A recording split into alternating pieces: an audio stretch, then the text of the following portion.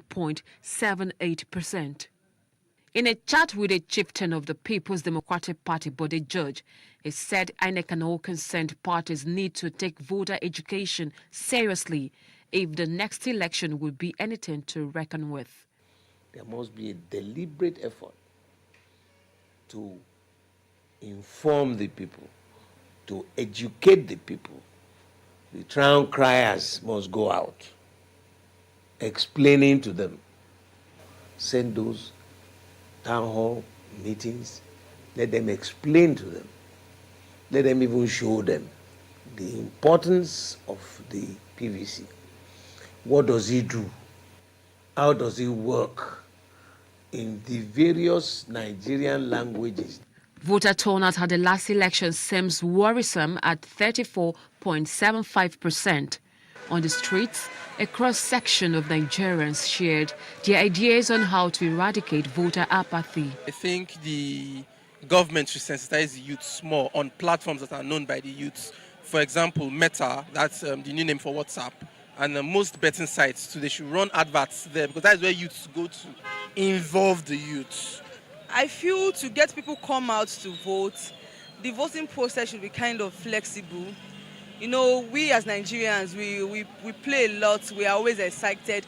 I mean, because the voting process most times is rigid, rigorous, and a lot of people can't stand the stress. So when they see something that is exciting, maybe like something like a side attraction that can actually excite someone, or someone should actually come out to vote. They challenged INEC to do thorough checks and balances and its operations. Some of the PVCs that were not utilized, that were not collected, why? You know, those are the things I believe Prof and his team must go and be and ensure that all is well. I know there's no system that is 100% perfect, but we want 99.999%. Perhaps the coming governorship elections in Osun and Ekiti states come June and July will stand as a litmus test for the conduct of the 2023 general elections by INEC. Jacinta Obiuku for PlusTvAfrica.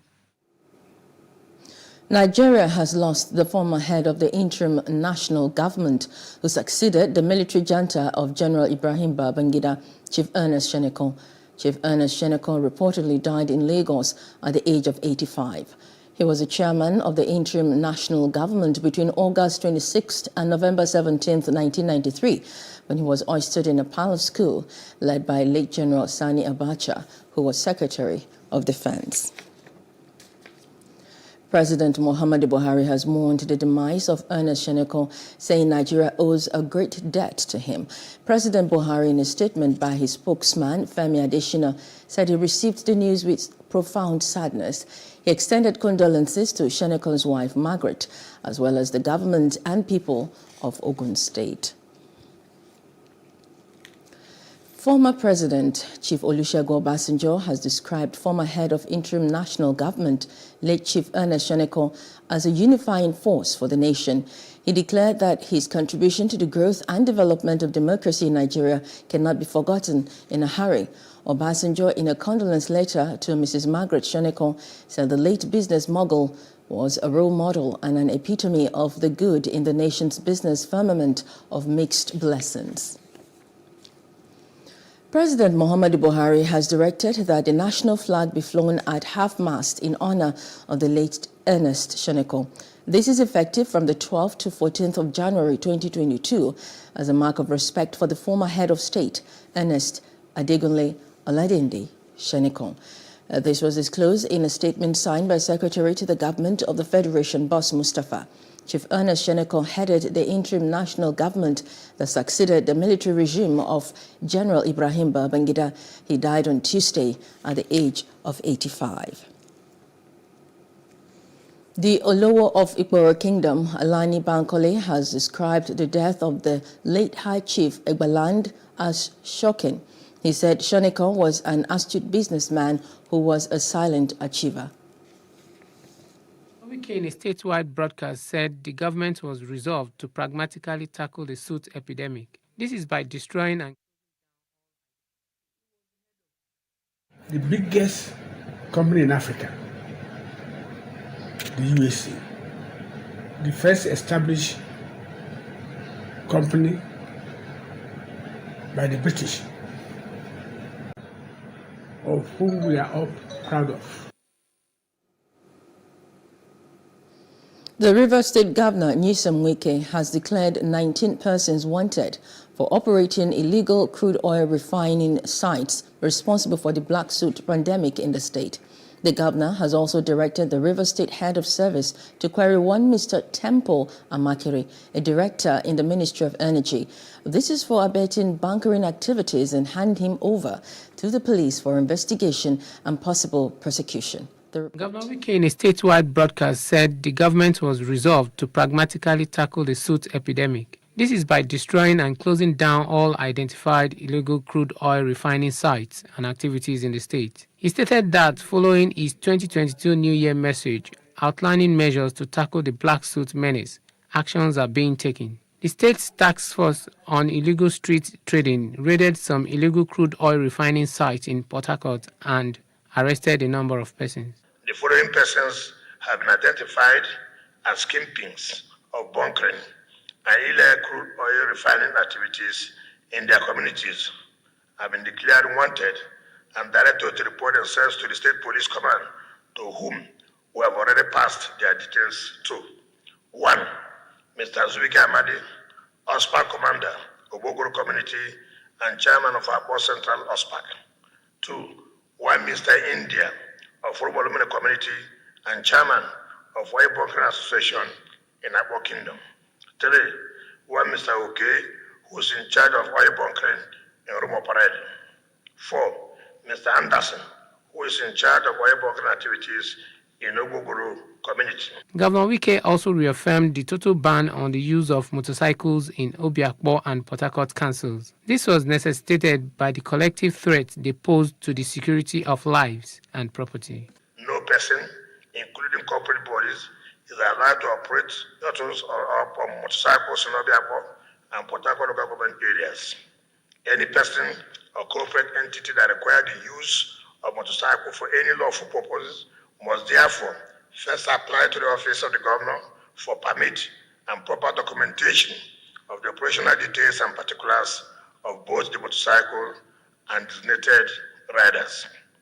Against this background, we are hereby issuing the final warning to all those operating motorcycle shuttles and or hawking foreign exchange along Birabi Street, Hotel Presidential GRA Junction by Zenith Bank up to Tumbia Street to immediately leave or be arrested and prosecuted. Governor Wike also placed a total ban on the use of umbrella trading and table trading stands. This covers the entire old and new GRAs of Obiakpo, Port Harcourt City and Eleme Local Government Council areas of the state. He said the state government has credible evidence that most of the purported traders in front of houses are informants. They monitor and pass on vital information on the daily movement of very important persons to their criminal collaborators. Consequently, we have placed a total ban on the use of umbrella, table, and makeshift trading stands in the entire old and new GRAs of Obiakpo and Port Harcourt City local government areas. We shall arrest and prosecute any person who violates this ban by trading or encouraging any trading on outdoor tables, umbrella, or makeshift stands in the aforementioned areas. The governor urged residents of the state to report those involved in illegal crude oil refineries. Their names will be published and they will be declared wanted. That is if they fail to voluntarily report to the police. Meanwhile, the chairman of Ikwere local government area of River State, Samuel Nwanosike, has said there is no hiding place for illegal oil refiners within the local government area. He said this during the inauguration of the Committee on the Prohibition of Illegal Refining and Parking of Heavy-Duty Trucks at Isiokmu, headquarters of Ikwere local government area. The chairman of the council proceeded in inaugurating the 19 members committee in the fight against illegal bunkering. He listed the devastating effects of illegal refining of crude to the health of citizens and the ecosystem. He also warned members of the committee not to see this as an opportunity to enrich themselves, but as service to humanity and the state. If you wake up in Obodo, you can't even breathe any fresh air. If you wake up with your communities in Almo, you can't breathe any fresh air. Our kids are dying unwantedly. People, life expectancy has been cut short. Cancer is killing people because of nothing. All those who have been doing the oil bunkering activities in Omodo, in Isoko, in Omagwa, in wherever they are, a civilian or a security operative that have been nominated. Don't go home and tell your wife that, oh, God has answered my prayer. I've had an opportunity to extort money from oil bunkers. So you have the right to resign now if you have the impression that you are here to come and make money because you're a member of this committee. The Rivers State Police Command says its operatives have arrested 18 persons involved in illegal oil refining activities in different parts of the state. The State Commissioner for Police, Friday Ebuka, disclosed this while parading the suspects before newsmen in Port Harcourt. Ebuka said the arrest followed the directive by the governor in his New Year address. He ordered that all security agencies should put heads together to ensure that illegal oil bunkering in Rivers State was brought to an end. At the Marine Base, we were able to arrest 10 suspects who were escorting 2 tanker loads of petroleum products illegally refined. 8 of them are here seated. 9th of this same month, our men also arrested 2 suspects at Elele town. On this note, we want to advise people who are into this illegal bunkering to stay away from it because of the health implication in addition to the economic sabotage aspect of it. Actually, I heard over the news that some people have been declared wanted by the state government. We are still expecting to get the list from the state government to can work on them. We don't act on what we hear on radio. By the time we get the list, we'll go after them. And I want to assure you that they will be arrested and prosecuted. The Commissioner of Police said the suspects will be charged to court for prosecution. The NSCDC Ekiti Command has paraded 4 suspects for alleged kidnapping, conspiracy and theft. The State Commandant of NSCDC, Olatunde Fayemi, said the suspects were arrested by officers of the command during the New Year celebration. Among the suspects are Toby Olayinka, Ayodeji Fanase and Daniel Emmanuel. NSCDC Commander Fayemi said that Toby Olayinka was arrested by the counter-terrorist unit for an alleged threat to one Hamzat Adebisi. In the area of kidnapping, the prevalence is increasing in Ekiti State because many youths are taking to it as business. They are joining it with the Yahoo business. And largely, they are between 20 and 30 years old. And as for us in civil defense, we don't spare any based on religion or ethnicity that has committed any form of crime. The law is blind and the law is impartial. Because I accused to collect money from my organ by threatening to kidnap him. How do you I'm not proud because I'm not really proud at all.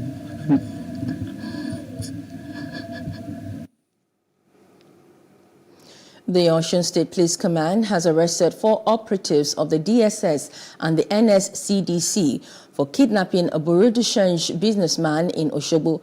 The DSS and NSCDC officers were said to have connived with Ajibola Ogunibi and whisked away a Burundi businessman to a bush along Ilesha Road where they demanded ransom.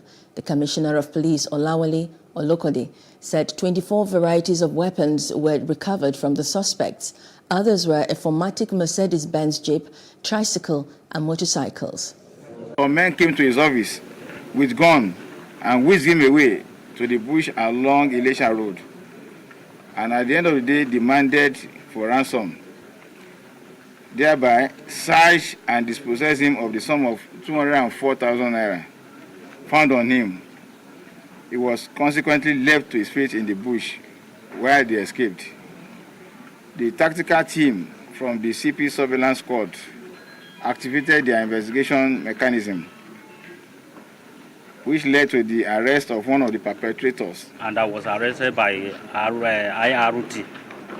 So, and they got into our station. So, from there, so the investigation started. So concerning the issue of a firearm, so to the sincere, so the firearm, so I was finding the firearm so behind the war mosque in my division, so which is I'm serving there. Then due to the movement of one location that is going towards by particular that time. So and for me, so instead of me to go direct to my colleague and find out, so and then I mistakenly so the fire and to say I don't know what called over me. So by that time. The people of Obodo Etiti in Udeni local government area of Enugu State have been provided succor. The Church of Jesus Christ of Latter-day Saints, in partnership with a non-governmental organization, built a 2-block classroom and a health care center to ease the plight of women and school children living in the area. The church, which has been in the business of preaching the gospel of Jesus Christ, says it is important to ensure a better living to help the spiritual growth. It's a very joyful thing that they did to my mother's community today. It's not easy because they assisted the government. This is supposed to be the duty of the government, but they came and they gave us assistance. That's why I came particular myself, because they saved us some things. Okay, I will encourage them to be assisting because they are really to do the work of God, and the assistance will go a very long way in the communities. Having the staff quarters attached to it and having made a request to the HOD of Health and to the chairman of the local government area to bring more staff to the place. Pretty sure that home treatment, that's self-medication, home treatment, and other non-standard mode of treatment will be reduced. And then women and children will be able to access health easily without having to go very far. Because I think the nearest health facility should be like 2 kilometers or 3 kilometers from here. This is actually a project handled by the IDS charity, that's Latter-day Saints charities, to help humanity, help the children of God, and alleviate their sufferings. The mortality, we are destined to pass through maybe pain, hunger, and learn through these experiences. But the duty of humanity is to alleviate these things, make it to have more relief. 60-year-old Pateli School for the Blind is seeking the intervention of the government and well-meaning Nigerians to be able to continue with its free education program for the visually impaired. PlusTvAfrica visited the school in Surulere area of Lagos to interact with the world of the visually challenged yet intelligent children.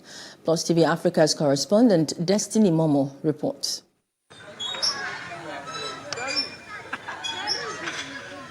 Life for the visually impaired is better imagined than experienced, as it takes a lot to live in this class of disability conveniently.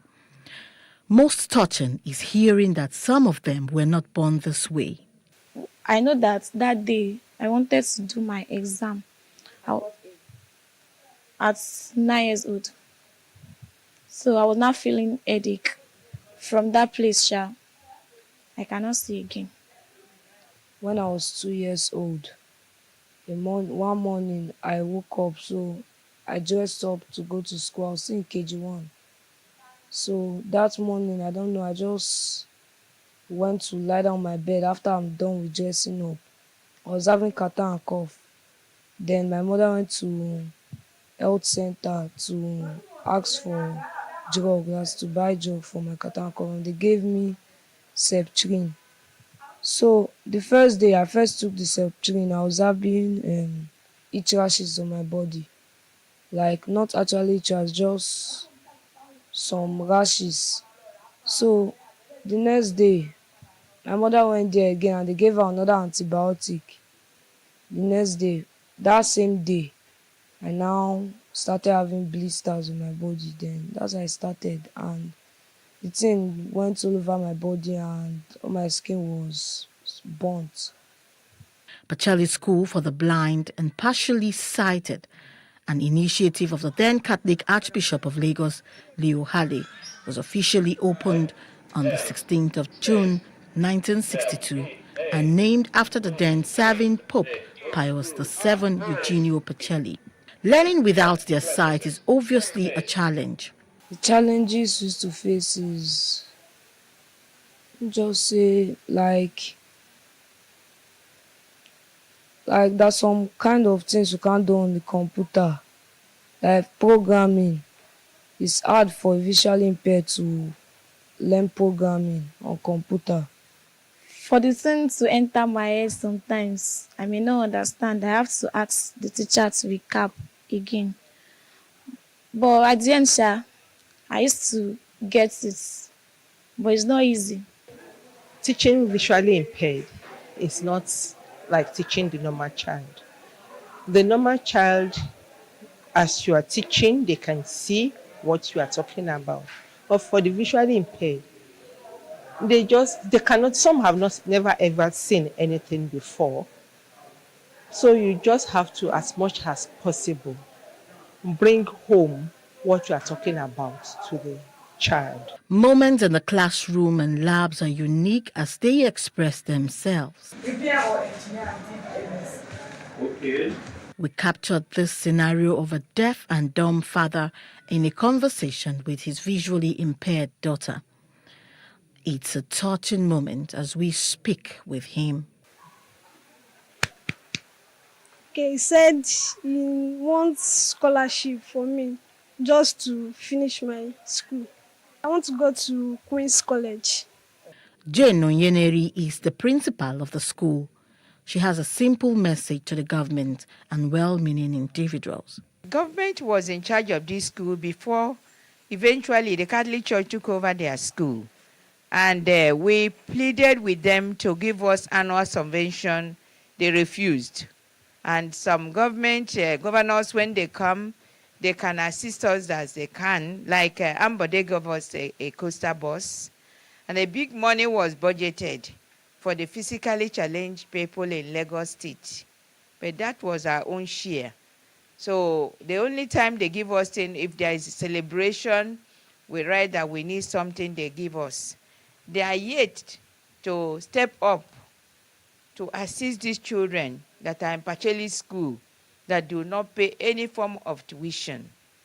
So we are appealing to government. These are their own children that the Catholic Church has decided to assist. They need to also help us because every month we pay 1.5 million for our staff. If they come to assist us, we'll be very, very grateful. By June 16, 2022, Pacelli School for the Blind will be 60. The principal is happy that products of the school are widely integrating successfully into public and private institutions. Destiny Mamo for Plus TV Africa.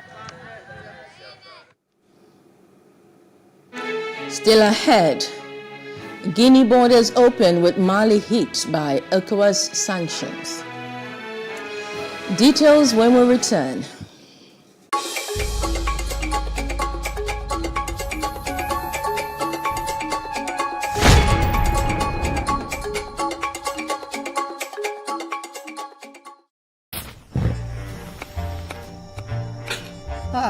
I miss them. Well, they should be on their way by now. Will it feel like it used to? With everyone so busy these days. It will be fine. Suddenly, feels like I'm gonna fall. I can see all of my dreams so perfectly. Look at lineup! Single file! Love's not a dream at all. Somebody. Grandpa, what was Grandma like? She always found ways to bring us all together. It took me a while to discover how she does it. Devon King's taste that brings us all together. I used to care for the world's opinion. I used to beg for validation. But the fire that burned in me was hotter, and the passion that lived in me had a voice of its own. So I stopped waiting and started to act. I stopped fearing and started to live. And when they thought I would fail, I stepped into my power. Because my time is now. Amstel Malta, be your best. Nigeria's Niger Delta region, from where the black gold fuels Africa's largest economy, where the lines between wealth and poverty has never been thinner. Conflicts, poverty, insecurity, and environmental challenges daily confront the region. How can the Niger Delta story be changed for the better? Join Mamude Akuga at 9 p.m. every Friday evening on PlusTvAfrica as he probes deep in search of solutions. Inside the Niger Delta with Mamude Akuga, the authentic voice of Nigeria's oil-rich region.